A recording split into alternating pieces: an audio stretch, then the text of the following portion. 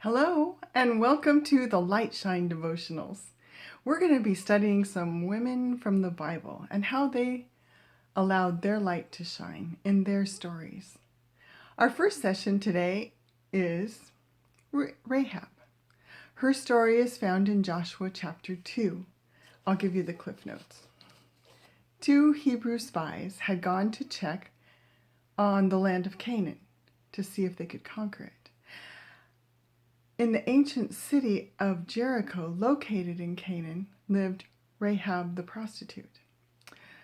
I use the term prostitute because that's the truth. There's no pretty way to translate that. By Hebrew standards, actually, she would have been dead, stoned. Her profession was unacceptable. But she was living in the land of Canaan, in Jericho. And as these two men, the spies, entered Jericho, they were shrewd. They chose the house of the local whore, knowing full well that men were freely coming and going and were, expecting to be unrecognized, that people turned a blind eye, that kind of thing. So Rachel took them in, harbored them on the roof of her house, which was built into the city wall. As most cities were at that time, the city itself was ringed by an inner and an outer wall. The outer wall protected the whole city from, foreign intruders such as themselves. The inner wall enclosed the central compound. So that's where they had the palace, the temples, food storage, and that was where the well-to-do people lived. They're in the middle.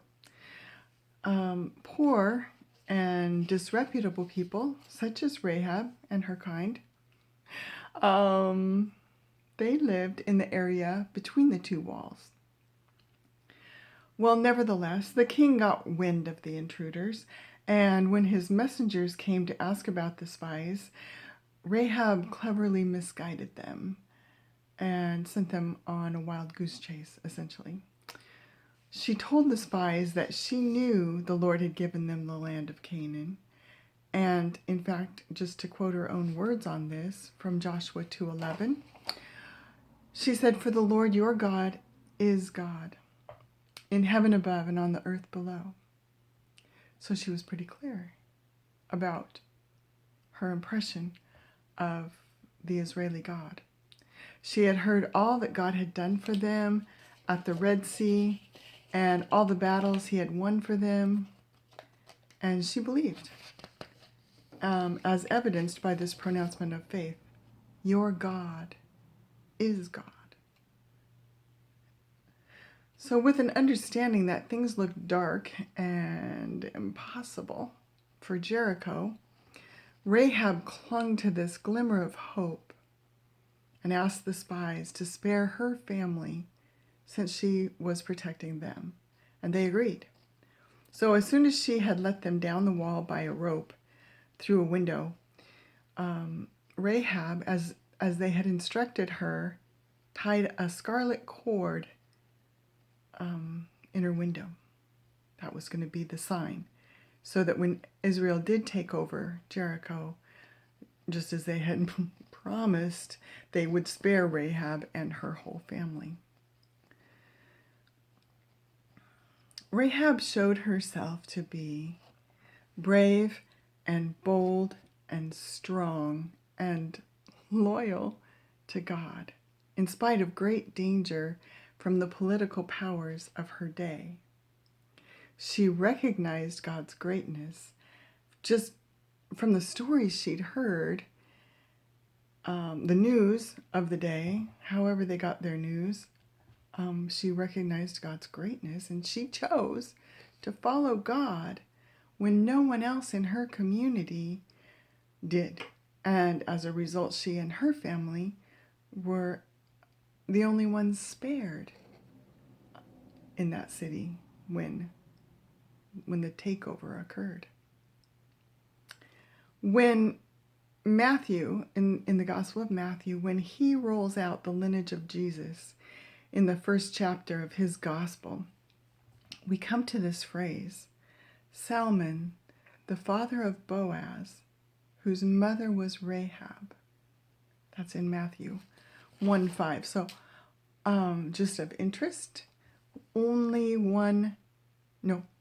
5 women were named in this genealogy in Matthew, and Rahab, the prostitute, was one of them. Well, as Rahab's life story unfolds, she married. An anonymous Christian writer of years past said it like this: since Salmon was considered noble among the children of Israel and was of the tribe of Judah and the son of a prince, he saw the faithful Rahab, thus converted to goodness and beloved by God, and led from Jericho at God's command, and counted among the daughters of Israel. Such a wonderful woman surely deserved to become Salmon's wife. Well, Rahab became the wife of Salmon and the mother of Boaz, mother-in-law of Ruth, and actually great-great-grandmother to King David. So Rahab, this woman of no earthly consequence, at least in her world, a foreigner to Israel, a woman of ill repute, because of her trust in God and faithfulness to his people, was part of the celestial plan all along, ultimately becoming part of the genealogical line of Jesus Christ himself. Rahab, the prostitute, played a key role in God's plan of salvation for the world. Even James, writing hundreds of years later, seemingly out of nowhere, refers to her righteousness. In James 2:25, God imbues us with his righteousness through Jesus Christ. This lady of the night turned to God, and her life became a light shining in the darkness. What a transformation that must have taken place in her life for her to be listed even in Hebrews 11 in the Faith Hall of Fame, as you know. Her story certainly affirms the power of God to transform a life from both a sinful lifestyle and even from basic ignorance of God to a woman who was beloved by God and praised for her goodness.